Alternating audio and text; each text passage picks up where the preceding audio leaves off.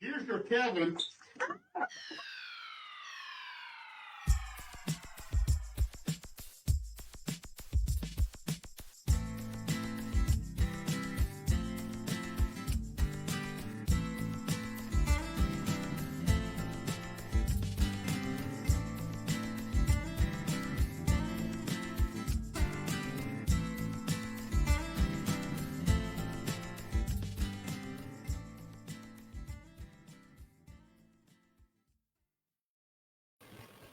Hey, guys, it's Amber, Hey, Kristen. and we are here today with Miss Rachel Blankford. Hello, Rachel. Hi, how are Thank you all? you for coming on with us today. Oh, thanks for having me. I appreciate it. So, you all know May is Mental Health Awareness Month, and Rachel is, I don't know the proper term to say what you are. So, what are you? Well, I'm a licensed clinical social worker, or the acronym is an LCSW, which is considered a qualified mental health professional. So, I guess my full-time gig actually is a therapist, but I could do all kinds of things as a licensed clinical social worker. Okay. And you are with Lemon-aide Mental Health, yep. Services. Mhm. Okay, and that's in Bardstown. Correct? Yes, we have a location in Bardstown and in Danville. Okay. So, what prompted you to start this? Oh gosh, how much time we got? So I worked for Child Protective Services for about 13 years. Mhm. And when I became a CPS worker, because I come from a family where there was a lot of abuse and neglect, and I was in the foster care system for about 8 years. Mhm.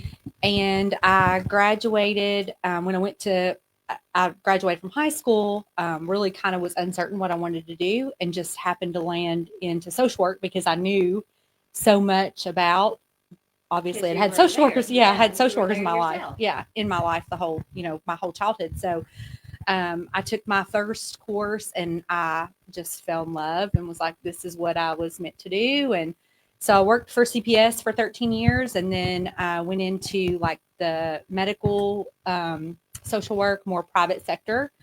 And that lasted just a short time. It was corporate. They ended up doing a company wide layoff.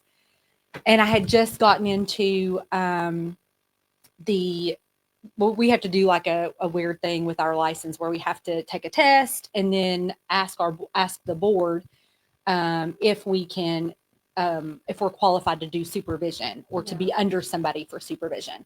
And so I had just taken my test and had just gotten approval to do clinical supervision, and they laid me off.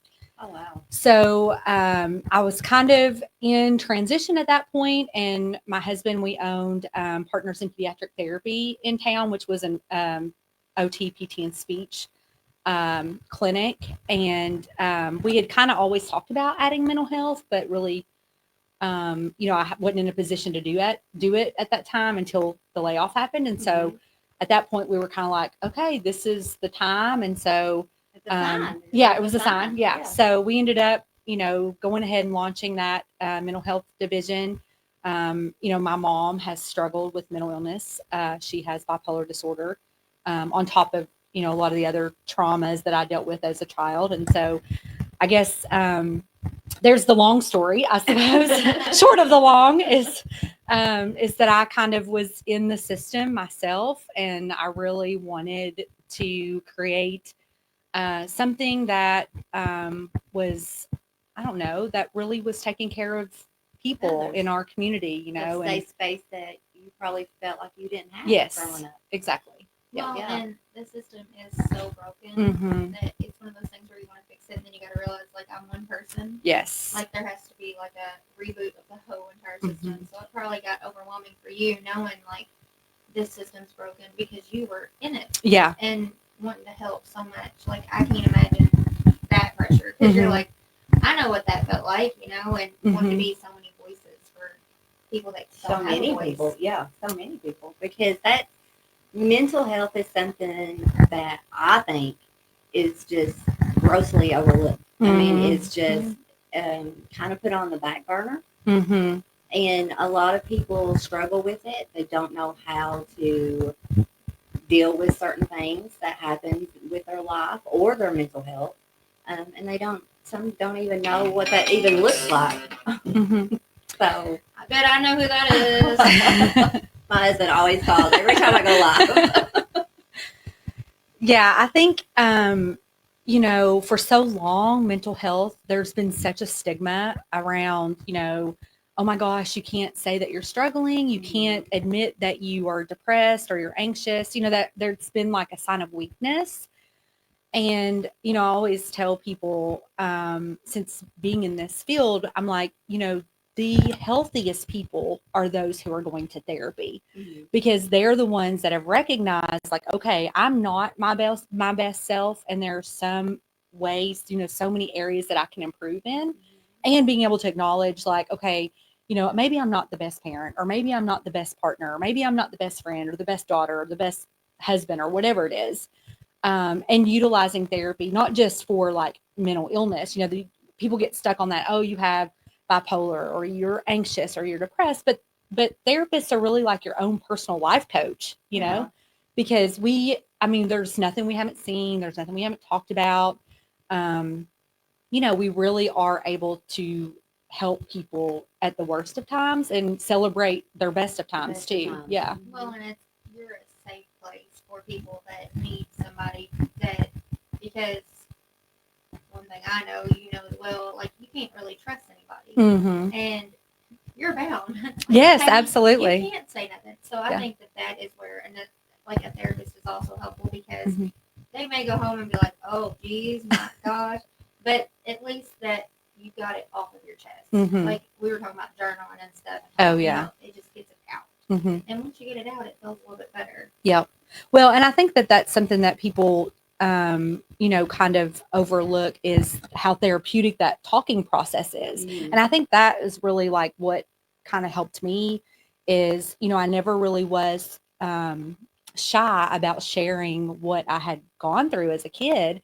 And I learned over time, like that was really my coping mechanism, Now, see, that is like the difference with me and her because I'm one, like growing up, it was always you keep your problems to yourself. You don't share them. Whereas she like shares. She doesn't care to talk about. She's like, this is what's going on with me. And I'm like, let's keep this on the down low. Yeah. So that's where we are different. Because I prefer if somebody's gonna tell my story to be me. Yeah. And that's just how I feel about it. I mean, if somebody's gonna tell a story on me, I want to be involved in the story. Yeah. So I have a problem with wanting to correct things. Whereas then she's just like, whatever. Yeah. Let go. I don't care. Yeah. And we've talked about this several times because of the different viewpoints that we have. I mean, even, just on episodes this month that we've talked about stuff, or Carla's over here, that we've talked about the difference of how, like, I handle things versus how she handles things and how other people look at handling things, because, again, she's more vocal. I'm more inward, turning. Let's keep this quiet, and we've even talked about therapy, talking to someone that we know versus somebody that we don't know. So is that something that maybe like your clients look at as far as, is it easier to talk to a stranger than it is? I think it is. Well, and here's a couple things. I always tell people it's great to have wonderful friends or family who can be supportive, but they are looking at, they're not trained, right? They're looking at things from their own perspective. So like we all kind of go through life with like these certain colored glasses on, right? So like, for example, if you are getting advice from one of your friends who's gone through a divorce, they're likely to give you advice that is, kind of leaning towards their own experience from that divorce or their own experience from their husband or whatever. And our friends and family don't mean to do that. That is just how they are, right? Like that's just how life is. You draw from your own you draw from your own personal experiences. Whereas therapists, we're really trained to be objective. Like we're trained to set aside our own personal views, our own personal beliefs, things that have happened to us in the past. Now, Does it come into play at times? It does, because obviously I feel like I'm probably a better therapist because I can actually empathize, with some of my clients who've gone through traumatic experiences. So, I mean, I do have that piece of it, but I think, having a person that doesn't really know you really, and you sharing the information with them and them being able to set aside all of their own personal biases and experiences and looking at it from an objective perspective, you're going to get the best, more sound advice from someone who is in that kind of a role. Yeah, that's what I mean. And I've said it numerous times. Like, I'll sit and listen to you all day. I'm probably not the best person to give advice. If I tell her all the time, if she's mad at somebody, we'll go slice their tires. Like, I don't care. If you feel better the next day, we'll go fix it. It's okay. Yeah. So, I mean, that makes total sense that you need somebody that can have that objective in your life. You need that outside perspective that's not going to be either, not agreeing, not disagreeing with you, but like a lot of that helped me with therapy is the coping skills and like helping you talk you through situations. Like, because I suffer from severe anxiety, so mine is always like the what's tomorrow, what's going to happen, the what if. Yeah, and so it helps when you have somebody that can be like, okay, look, slow down, just breathe, because it's not here yet. Like, there's nothing you can do about tomorrow. Like, you got to live today. And then there's people that can't pull themselves out of it mentally, because I think everybody probably has some sort of anxiety in their life, some sort of depression. They go through some sort of trauma eventually, and there are folks out there that maybe, sleep a couple of days or a few hours or whatever, and then say, okay, I need to get back at it, and then there's some that just can't physically and mentally pull themselves out of that. And I think that those are the ones that probably need to reach out. We were talking the other day on one of our episodes that it seems comedy, or those that seem happier in life, are the ones that are suffering sometimes the most. We talked about different suicides that happened. Robin Williams is one of them. And it's crazy to me to see somebody like that you can just see on a surface and then know that they had that going issue, on inside of them. And that's why I always say don't let somebody guilt you, because if like my niece's fiance, he committed suicide, and I always say there's not always signs, because like most of the time they're not going to announce they're doing it. And so unless you really know that person and you can like feed into like, okay, something's going on. It's not always noticeable. It's not always something you're going to see, because like I'm the type, I like dark humor. Like if I'm going through something, I'll make a joke about it. And a lot of people don't get that. And I'm like, it's a coping skill though, because that's something I learned growing up. There was nothing I could do to control the situation I was in, so I might as well laugh about it. But that's something I've done, and that's why when you hear about like Robin Williams and people like that have, it's almost like, duh, they were coping. Like that's how they that was their inner sadness was making everybody else laugh, and that brought them joy. But once you're off that stage, or once you're out from that presence, it's you're back to the dark again. We talked about, there was a case that she had found online of a Nebraska man that who had apparently was seeking treatment, right? Oh, I think I saw this. I think with the suicide killed his family, his whole family. Well, I just read about that yesterday. That was I know. Because I found it on, I believe, TikTok is where it came up for me, and I sympathize with him, because a lot of people were like, screw him, he did this to his family, blah blah blah. I'm like, no, he didn't, because I said, unless you've gone through psychosis, I said, you have no idea what you're capable of, for one. For two, like, he did not, that wasn't him. No. Like that, and he was trying so hard to get help. It's not like he was just sitting there living in like misery. So, and that's one of the things that they said too was medication. Like his medication. Oh yeah. They were doing therapy and something else. And they said he was in like 5% of the people that has a negative side effect. Oh, wow. I did so much reading on him because that fascinated me. Because you will hear those cases where people will, murder suicide, and they'll say, "Oh, well, they were depressed or they were." Well, this is actually a case where you can. There's actually a Facebook page that you can get on. I can probably find it for you if you found the case. But his wife was documenting every single thing they went through. Oh, wow. Everything, and a few days before everything happened, he had been in the hospital, and she was like actually looking up because he was finally starting to eat on his own. He was finally starting to, drink water on his own. And he was in that deep of a psychosis. Yeah, I saw that around. Yeah. And it's like I think it was so brave of her. Mm-hmm. And then a lot of people are like, well, he had threatened to kill. No, he didn't.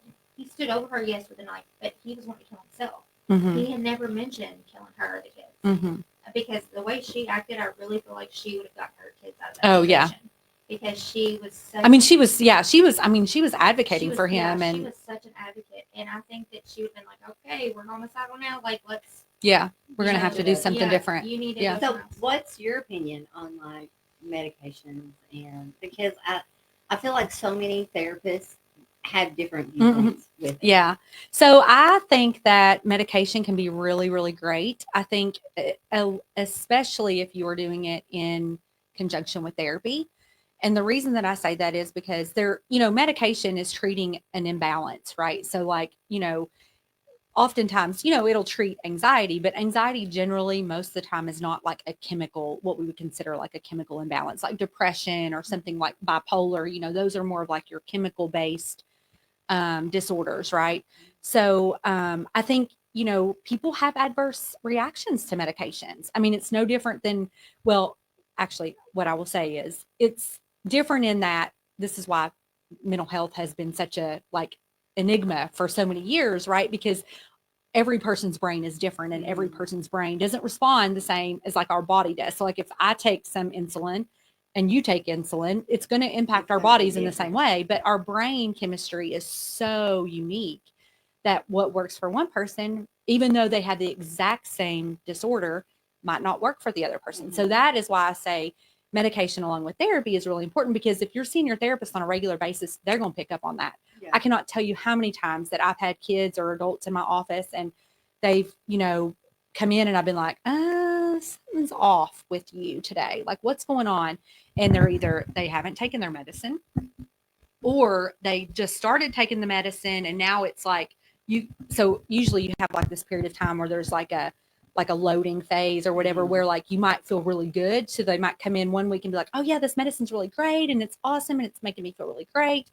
And then that next week it starts to level off. And then you realize like, oh wait, this medicine is not actually right. Yeah. You just were getting that therapeutic effect from the low phase, So the therapist is really important in that process because, at least with how we are, I'm immediately on the phone reaching out to the provider to the prescriber saying, hey, so-and-so was in my office today. I don't think the medicine is working. Can we look at an alternative? Can we, maybe they need a little bit of an increase. And I mean, we work so well with the providers. There's a couple of different ones. That's why it's scary for a lot of people too, is because there can be so many different side effects. There can be so, like you said, 1 week it's great, you feel great, and but then when it actually starts getting in your system, it's not what it seems to be.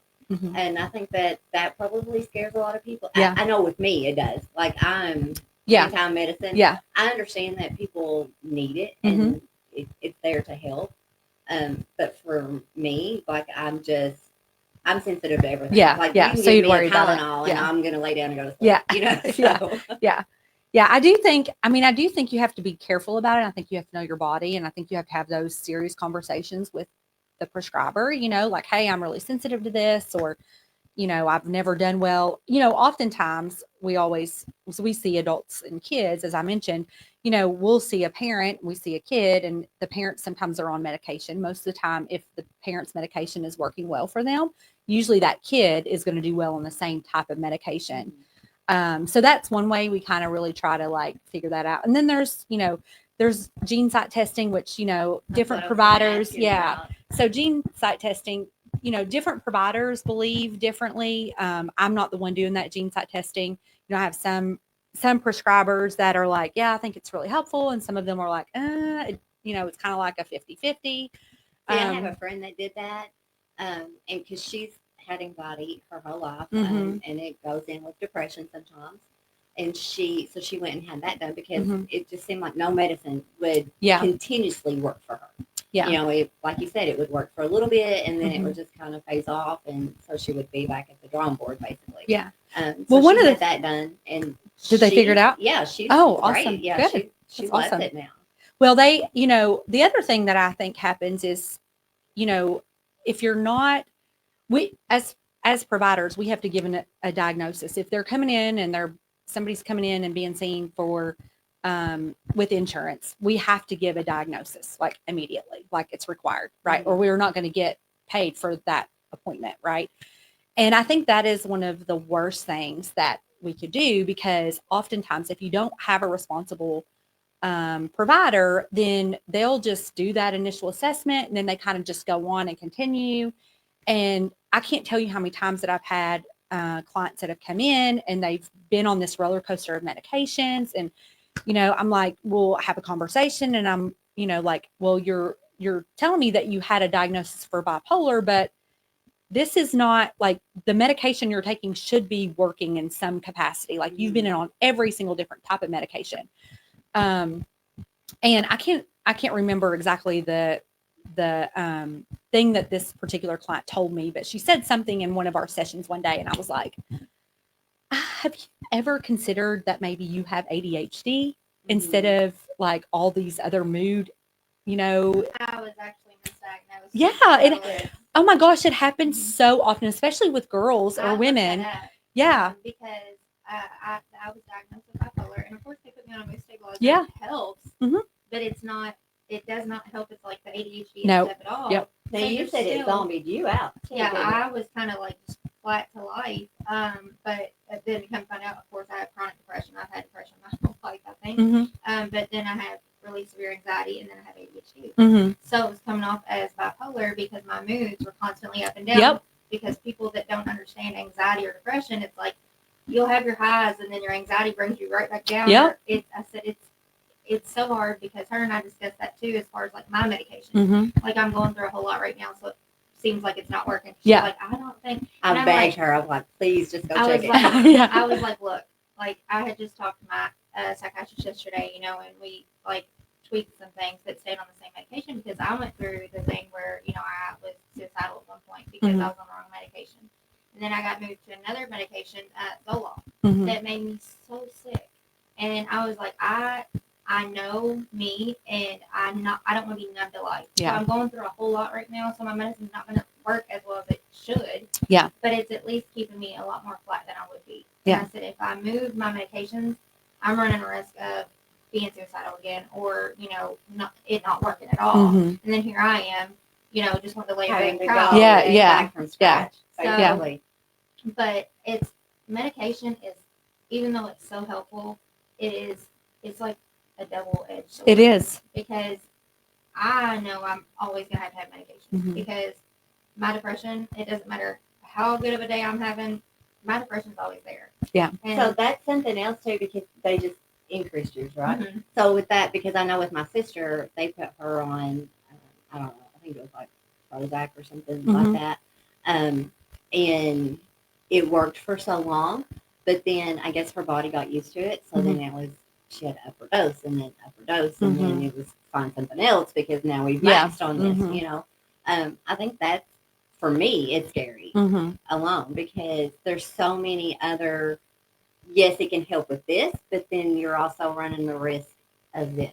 Yeah. So is there alternatives to medication sometimes, or? Well, I mean, I think that, there definitely is. I think, like therapy. Yeah, therapy. Yes, absolutely therapy. But even therapy, like for someone who's depressed, really like the best way to combat against that is exercise, be active. Try explaining that to people. Yeah. Because nobody understood why I like going and doing yard work and stuff, and I stayed so active because I'm like, you have no idea, because I was sick over the weekend and I didn't get out of my bed. And so It makes yesterday, it worse. yeah. And Oh, so yeah. yesterday I was like, I have to do something. And so I got out and mowed my yard, cleaned up outside, and did several things because I was like, I just need to function again because I know me. If I lay in my bed, even when I'm feeling better, that's all I'm going to want to do is lay in my bed.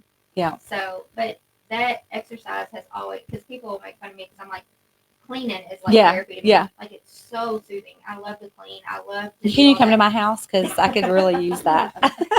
But like that's stuff that I do that like helps so much with my anxiety. So I was explaining that to somebody and they're like, dude, what?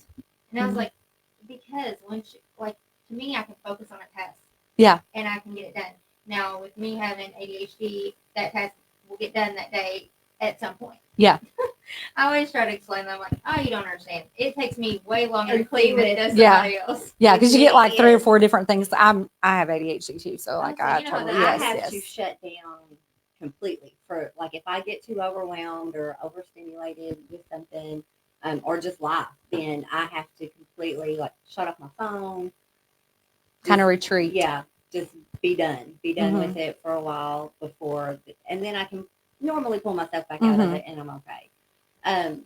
But like, what are the signs of those that can't? Like, if you were to tell us, you know, if we came to you and said, oh, you know, we think we may have a friend that's struggling, what are good signs for those that can look out for their loved ones? I think when you start seeing those changes of patterns of behavior, you know, like consistently, like, you know, you recognize that maybe they're not keeping themselves up. Like maybe they were somebody that always put their makeup on, or they took a shower every day, or, you know, and all of a sudden you notice like, hey, like every time I see them, they look a little bit disheveled, you know, not participating in activities. Like if they were somebody that generally was like, you know, all gung ho about going out or doing something fun. And then all of a sudden they're like, no, I'm not really feeling up to it. You know, I think maybe I'm gonna just stay home. I think all of those kinds of things are signs to be, you know, thoughtful of or kind of considerate of. And, you know, maybe having that conversation of like, hey, you know, are you feeling okay? Like this has kind of been, you're, you know, kind of been a little bit off. Are you feeling off? Like what's going on? Because I think sometimes I also will say often that, you know, like depression is kind of like the common cold, right? Like, so if you don't treat it, it gets worse, right? So, you know, the first little bit of like time that a person starts feeling that way, like it's time to start asking for help. If you're like noticing that, hey, I don't feel like going anywhere, I don't feel like getting up, I don't feel like, you know, doing anything, don't feel like putting makeup on. Like if you're doing that several days in a row, like it's probably time to have a conversation with a professional. Yeah. Well, and then, you know, because like I said, I'm going through a whole lot. So mine has gotten worse. And so that's why my psychiatrist, because my medications work so long for me, she lowers my doses when I'm doing good. Yeah. And then she'll I think that's raise a great them idea. back up when I'm not, because those medications have just worked so long for me that she's like, okay, well, we're not going through a whole lot. Let's lower it for a few months. Let's kind of, you know, wean you back a little bit. And that has worked for me for so long. And I was trying to explain to her, like, you know, I'm going through separation. I just moved in my own place. I have, you know, all this stuff going on with my kids, and, you know, haven't spoken to my family in a year. I was like, a lot. There's a lot going on. I said, so no amount of medication is going to make that better. Like, no. I just have to go through it. But, and I know that. But it's hard for, like, somebody like her that, you know, just sees me start spiraling. And I'm like, but I know me. Like, I know that I am going through a whole lot, and I know I have to step back. Like, whereas with me, I'm ready to sling her over my shoulder and take her in somewhere. Let's this person I know. And I'm like, you know, I know I'm being snappy, and I know I'm being short, and I know I'm easier to get angry and stuff like that. I know me though. Like, like I just have to step back. Yeah. And then I have to make me process through it. Yeah. Kind of let it. Things that are going on, they just have to happen. Oh, and I told her, I'm like, I don't want to be numb to it.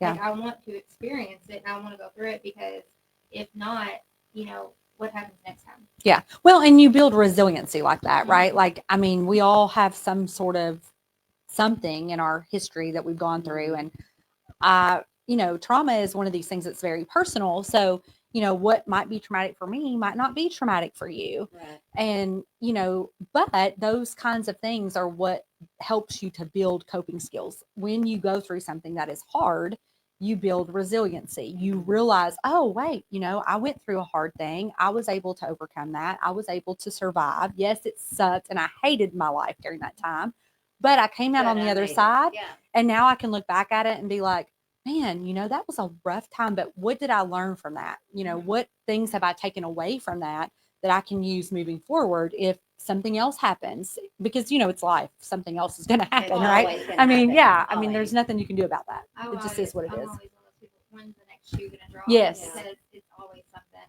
And so I've learned that in my life, but that's another thing we could talk about. I cut people off. Mm-hmm. Like, once you burn me or hurt me, I cut you off. And I'm a fixer. Like, yeah, I'm a fixer. Yeah, of course, yeah, obviously, right?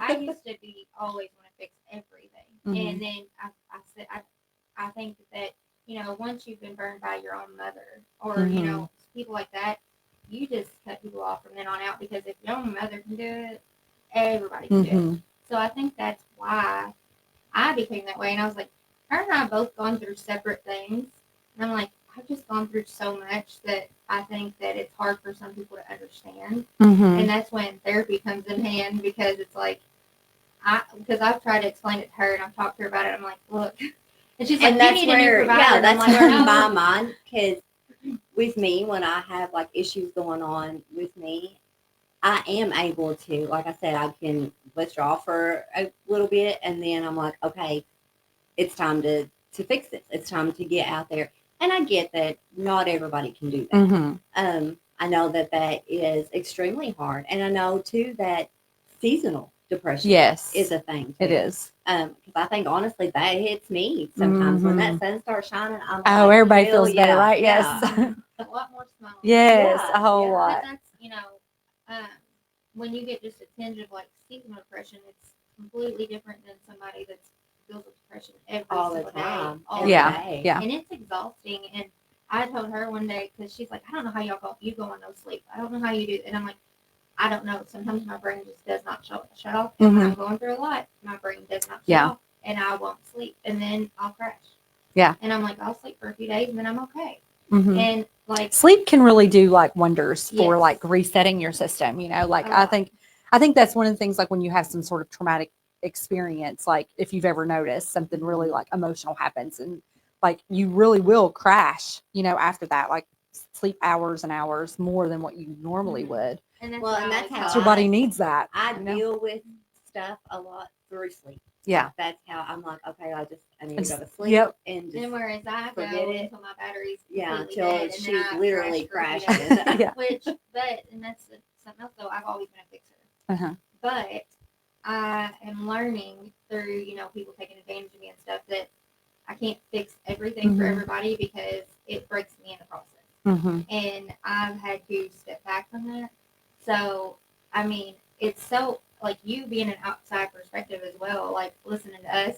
I'm kind of glad you said some of the stuff you have, because I'm like, you are reiterating what I said earlier, because I'm like, I swear it is not my psychiatrist. Like, Yeah. I know I promise it's not. when this is over, she's going to say, I told you. Yeah. But you have somebody like her though that sees me spiral and doesn't understand the medication or the steps that it takes and stuff like that. And I'm like, but I promise you, It's like, okay. I'll be all right. I'll Yeah. get there. And that's what my psychiatrist, like when she downsized, I'm telling you what, I had a connection. Like I cried. I was like, you are the only person in the past 3 years that's ever listened to me. Mm-hmm. And then I got put with somebody else that just wouldn't listen and lowered my medication. And I'm like, look, I'm going through a separation, and I'm going through this, and I'm like, It's time that to do was something. Yeah. And finally she picked back up on patience, and I was like, thank you. Yeah. But we have seen people though that doesn't recognize that, Mm-hmm. or will use excuses, because again, and I can Men are the only worst. I can only talk on myself, Yeah. because if I'm hurting, if you pinch me, or if I fall down and break something, you've got to fix me right now. Like, Yeah. I don't like to be in pain. Yeah. I don't like to be down. We've got to fix this. And I feel like that's kind of how I am emotionally and mentally too. Like if something's going on, let's fix it. Let's fix it now, because I'm not dealing with it. But we've seen people, online, and that's another thing. I think the internet probably plays a huge part in it. But there's people that seem to cry out, but then when you reach out to them, well, and you and I've discussed that. Well, and like we all have different, we're all different. Well, we're all different people, right? And so, there's people that cry out because, there's personality characteristics that different people have, right? So, you got to start then looking at, okay, so is this person, like, are we dealing with something that's more of a personality disorder versus like a mood disorder, like depression or, bipolar or something like that? Like when you start looking at some of those things that are like, okay, well, you're crying out for help, but we're trying to give you help, but yet you won't accept the help. So then you kind of got to be like, this might be more of a personality kind of characteristic versus like an but actual. even with that, I mean, those people should probably reach out. Yes, and speak to absolutely. someone Yes, as well. absolutely. I told her, like, I'm guilty. I put stuff on Facebook that does not belong there, I'm sure, but I don't care because I'm always like, well, you're my friend. If you're my friend, you're on there. So most of the time when I do that is because I do not feel like my voice is heard and I just need to talk. Yeah. I just need to vent. And, there's so many people anymore, though, that are just hateful. Mm-hmm. And that's why I say the internet is it's a double-edged It is, sword. yeah. It is. Yeah. But, it's like horrible. I have teenagers and stuff, and we've talked about, mental health and things like that because my son, he has pretty bad depression, which his father passed away in 2020. And so him and I have had to talk about that. And it is hard to find even someone that's good with kids because, especially like my son, because everybody's like, put him in therapy, put him in therapy. I'm like, he won't talk. And finally this year, we found a therapist that spoke so much like his dad. And I was like, oh, he's going to open up to him. Well, like, I think too that falls good. into the male part of Oh it too. yeah, we struggle with. I mean, I have like really, really tried to hire a male therapist. We actually are going to have one coming on. We're super excited about that in August, full time. He's there right now as a student, so we're super excited about that. He has been able to fill some of that, for us, but. Yeah, there's not a lot of males in our. A lot of men will not speak to a woman about the problem. Yes. Well, it's hard for them to speak up anyway. Yes, it is. And they feel like if they're sitting and talking to a woman, I'm sure it probably makes them feel even more smaller, as a man than if they were able to sit down with a man to male. Big and tough. Yeah. Yeah. That's what they're trained Yeah. to think. So, I mean, I guess that's something that you also ran into. Yeah. Yeah. Well, the limited, and having limited male providers, in our profession has really been unfortunate because there are so many men who are kind of on that cusp of like, and they're kind of on the cusp of like, okay, I would get help if there was a male provider, but there's so far and few between that it's hard to meet that demand. About, so my ex-husband died of an overdose, but he suffered from depression and things like that. And he had a really bad back, and he was taking prescription meds off the street. And then he upped his game and started doing a lot harder stuff, and ended up overdosing. And he suffered from depression so bad. And when I was cleaning his house out, I found Lexapro, and I was like, huh. So I looked at the date on it, and I counted the pills, and I was like, he wasn't taking it. He got it, and he either took it for a few days or like was skipping days. And I was like, that's just as bad. Like that's not going to help you. Yeah. And then you're messing with all these harder drugs and stuff, and that's just. And so, once I seen all that and stuff, because he was such a clean person, and his house was just it was horrible. And I said that is one thing. Had I seen his house, I would have. You would have known something. And which I knew back anyway, but I didn't know how. With the medications that when you were talking about him taking them and then he hadn't taken them, I had a friend that I think she was on Lexapro, I'm pretty sure, but she was going in through surgery, and they had to take her off of that. I mean, that's probably. Yeah, I mean, there's medications. Some of the medications are very difficult to come off of, and should not be taken. You should not take yourself off of them without consulting with your provider for sure. Well, and that's something I have run because you're a therapist. Do you prescribe? No, I or don't you- prescribe. Okay, I was about Yeah. to say, so you go, but I didn't think the therapist did because I know I have to go to my psychiatrist. Yeah. But that's something else too, though. A lot of people don't realize like the up and down with the medications and starting and stopping it. And when I had a psychiatrist that I don't know if they left the practice or what, I don't remember, but I ended up going to somebody else. They would not give me my medication, so I had to quit my medicine cold turkey. Mm. And they were like, "Well, we're going to reevaluate," and I was like, Yeah, I've seen that a few times, and walk me that off I of don't it understand. sometimes? I've never understood why there are some providers that do that. I understand them wanting to evaluate and give you their own, like, do their own evaluation, because I mean, I'm kind of like that. Like, I don't just take take a person's word. I mean, if I did that, then I would have a lot of clients that were probably Right. misdiagnosed at times, So I do understand the need or the desire to want to have their own evaluation of a patient or a client. But doing that where they're like, oh, well, while I'm doing that, I'm going to take you off all of your meds, or I'm not going to refill it. I don't and I don't that's think scary. that is, I don't know. I don't know that I wouldn't recommend So a provider that did that. you because we've talked about insurance too, and you accept insurance as your We do. practice. Yep. Is that something that you find is hard? Because I know a lot of people say, well, I don't go to therapy because my insurance won't pay for it.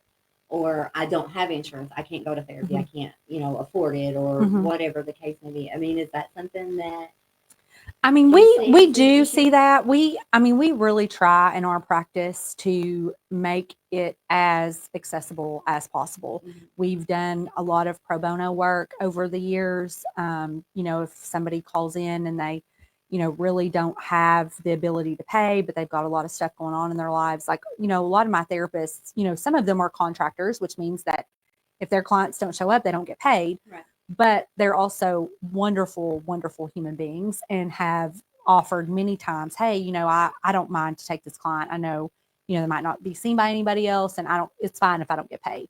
I've had several therapists that have done that.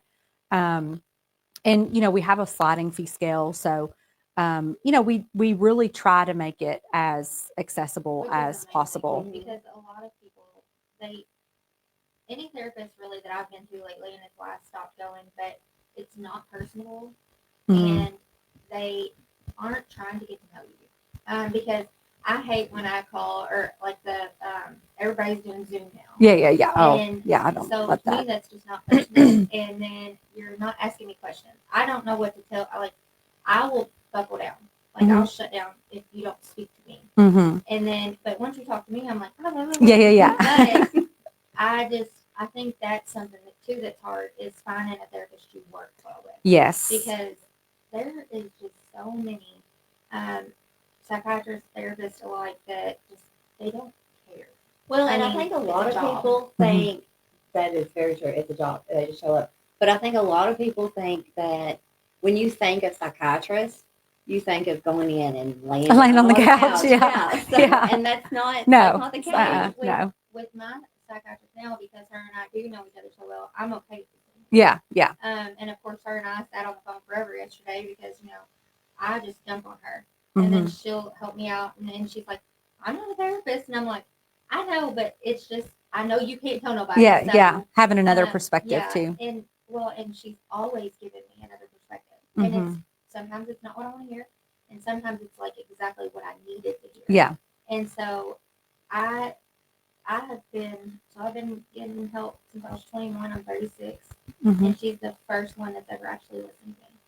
And that's why, I will not go anywhere else. Like, I will follow her. Yeah, if you find... she better just Do you hold on to someone right. Do you take your stuff home with you? Like, I feel like that would probably be a problem that I would have. I mean, there have been occasions where I take it personal too. Yeah, no, I don't ever take anything personal. Like, I think we have clients that come in. I've had clients that have come in and not liked my style. We have clients that come in and don't like other therapist styles, and I mean, we're not going to mesh with everybody. It's no different like than the way that you're friends with somebody, so right? It's not like I don't know how to put it, like a scale, like a chart that every therapist has to follow. No, it's like really that. about personalities. If you find one that follows a says exactly what a book says to say, That run. Yeah. That's Yeah. what I'm Yeah. saying. Yeah. Because, well, and honestly, I think that's another problem I have always had is because that does seem to be so common. Mm-hmm. Because it's like, I could have just opened a book and Yeah. read the same Yeah. thing. Yeah. Because you want to build, not, it's a client patient. Yeah. It's but, a therapeutic relationship. Yeah. Yeah. You want to build a relationship, a kinship with that person. Because if you don't, Yeah. have an open dialogue with that person, you're not going to open up. No. And that's hard to find. It is. Like, it's very hard to find because I know that was my son's biggest issue is because he won't speak. And well, and it's just as painful for the therapist as it is for the client. Oh, I mean, when you get those clients that you're like, oh my gosh, like they just will not. Oh, yes. Like, oh, it's so tough, And we as therapists are always like, okay, they're not going to talk to me. Maybe they need, this kind of a person, or maybe they need, this situation, this kind of environment or whatever. We constantly are consulting about situations like that. Mm-hmm. So, I mean, and you it's do good that you have different therapists within your Yes. practice that you can do that. You can kind of bounce it off. Like that. And we're all different. Some of us are a little bit more like, direct and kind of like, hey, what would make you think that was a good idea? Kind of, put you like, hold your feet to the fire, and hold you accountable. And some of the therapists are more like, okay, I'm here to listen, how, empathizing and, doing the whole validation and a little bit more soft. And, I mean, I think it's important to have a varied, See, that's why I could not group of ever providers. be like a therapist or anything. I would probably give horrible advice. I would probably be the one that would say the trigger words, like you're crazy, stop that. And they say you can't say that. Yeah. That's not something that is. Yeah. Crazy is kind of a bad word in my world a little bit. I think I told somebody one time I was like, I'm batshit crazy, but at least I own it. Yeah. Because like I've always been super open about having mental issues because I want other people to feel either A, comfortable coming to me, or B, knowing it's okay to talk about because it is so taboo.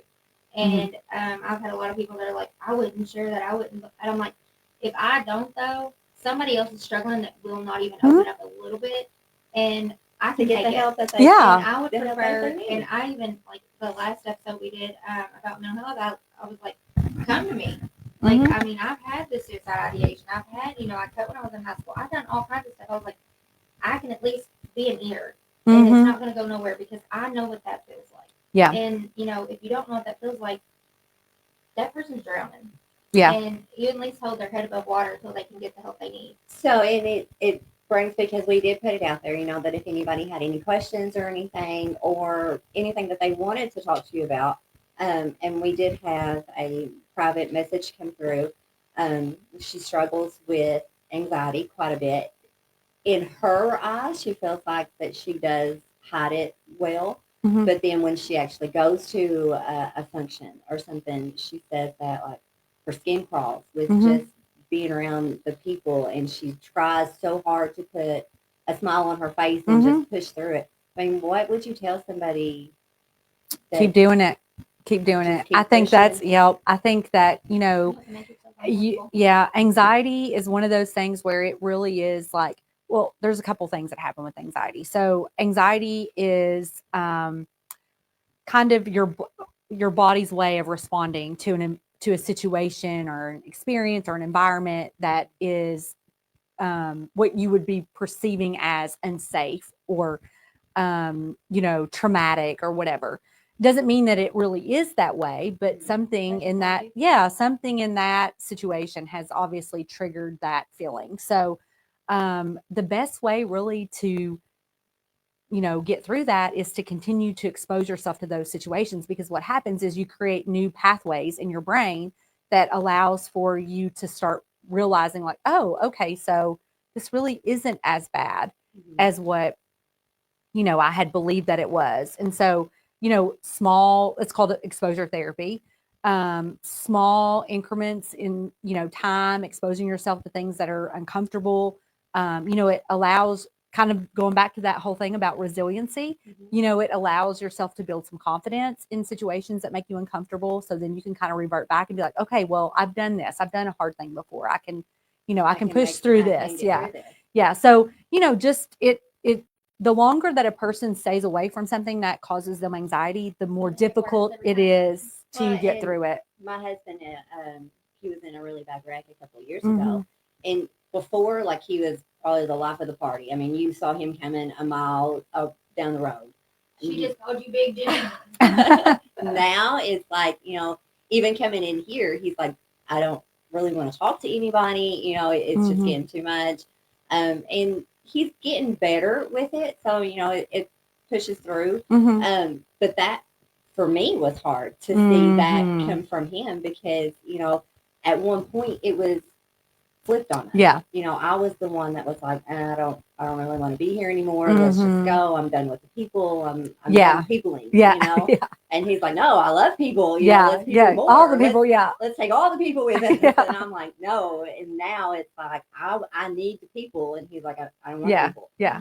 So, I mean, that's kind of, it flips on you Yeah. sometimes, especially when you go through something traumatic. Yeah. Well, and I was talking to somebody because of like my fear of spiders. So it is so unrealistic. Like my fear is just like crazy. And I was trying to explain to somebody about, you know, anxiety and stuff. And I was like, you know, that fear, like think of something you're scared of, heights or spiders or whatever. I said, I feel that all the time. I was like, I just feel like something bad's always going to happen. And like that uneasiness, that like all the time. Yeah. Or I'll get caught up in my head and I'll have to take a deep breath because I'll just sit here and think about all the bad that can happen. And so snowball just builds and builds. Trying to explain that to somebody, I was like, just think of something that scares you. And Like, intrusive thoughts. I mean, yes. They're really bad. But that's, I mean, because I went through some there for a little bit that I was just like, it's not even realistic. Yeah. But like there was a teeny tiny spider. I was trapped in my bathtub for 3 hours over a teeny tiny spider because I could not make myself go near that spider. And I was like, y'all don't understand. Like I just moved into this house and there was this huge spider in my face. I was painting and I was like, I looked up and the scream I yelled. I don't know how that was. She didn't hear me. And I was like, you don't understand. Like when I looked up, we were. And he was saying it's time to face your fear. Bitch, I'm here. And so my daughter, we ended up, getting rid of him. And my daughter, she threw a shoe and it launched him. Oh my gosh! I have a huge SUV, and I ended up halfway over my head. Oh my goodness! No. And so, but my kids, they laugh because they're not scared of them. But a few of them are scared of snakes, and I'm not. Oh yeah. So I'll go outside and pick them up, and scare them with them and stuff. And I'm like, it's nothing that's gonna hurt you, and it don't hurt when they bite. And so me and my kids, we have a good go back and forth on that. Yeah. But I'm like, just please don't pick up spiders because mom don't know good or bad on those. Yeah. I used to take my dad used to get on to me all the time because every time he would come over, I would have just like a trail of solo cuts where I would put it over a bug, whatever bug was in the house. If it has 8 legs or more, it's not my friend. Yeah. He was like, why do you do that? I said, it smothers it. Yeah. And then it's dead. Then I can sweep it up. Then you can deal with it. Yeah, get rid of it. That. Like, it's not going to bother me. Because, I have, so my whole home is brand new. And, I don't know what it is with these, centipedes. He's backed up against the woods. Yeah. Against the woods, too. These centipedes. Oh, yes. I hate those, too. Off my concrete yesterday. Creepy. They are creepy. Oh, they're the worst. Oh, my gosh. And so I'm standing there barefooted, giving my dog a bath, trying to hold his leash, find my shoe, run from this thing, and not let my 3-year-old pick him up.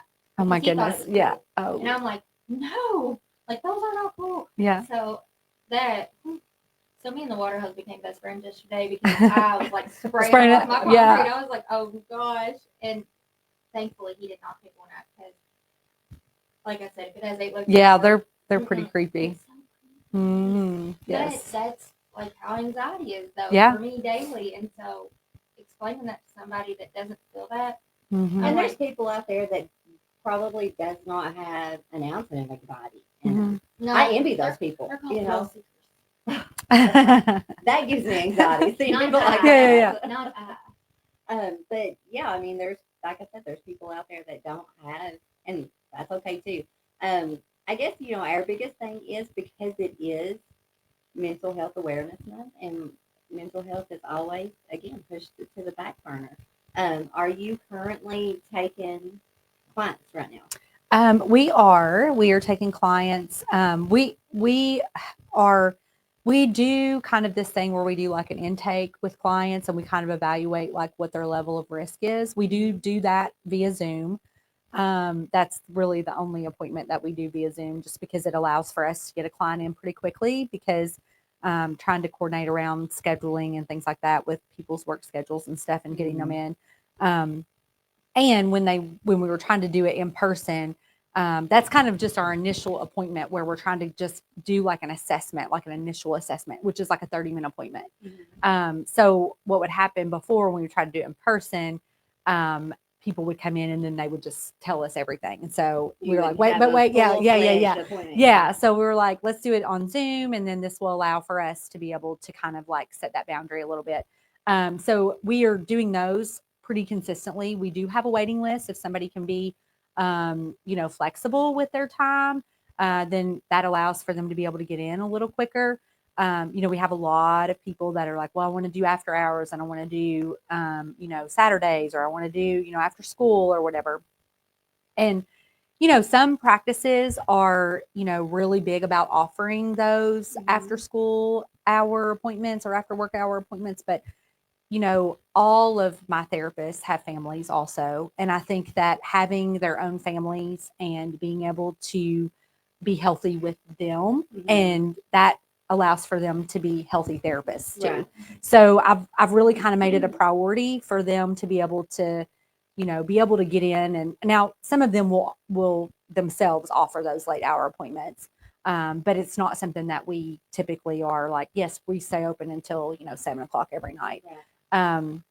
Because I think, it is important for the therapists to stay healthy so they can be healthy for their clients and their own family. So can we put your information then in the comments here on this episode so people can reach out to you and know where to find you? Absolutely. And then you could probably guide them.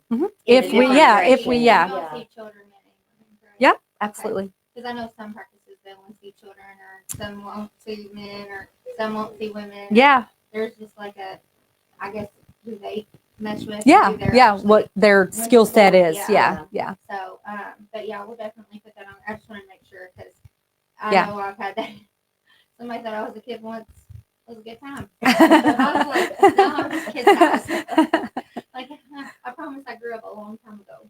We definitely appreciate you. Thanks for having me. To us. So, and we will make sure that Rachel's information is put in our comments. So if anybody has any further questions for her, we did not go through the questions. I think that there was a lot popped up. There was a reason.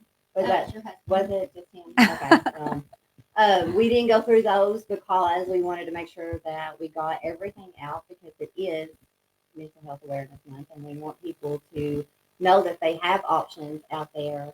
There is people that they can reach out to. As well as, don't forget the suicide hotline is 988. Yes. And we will put Rachel's information, Lemon-aide Mental Health Services.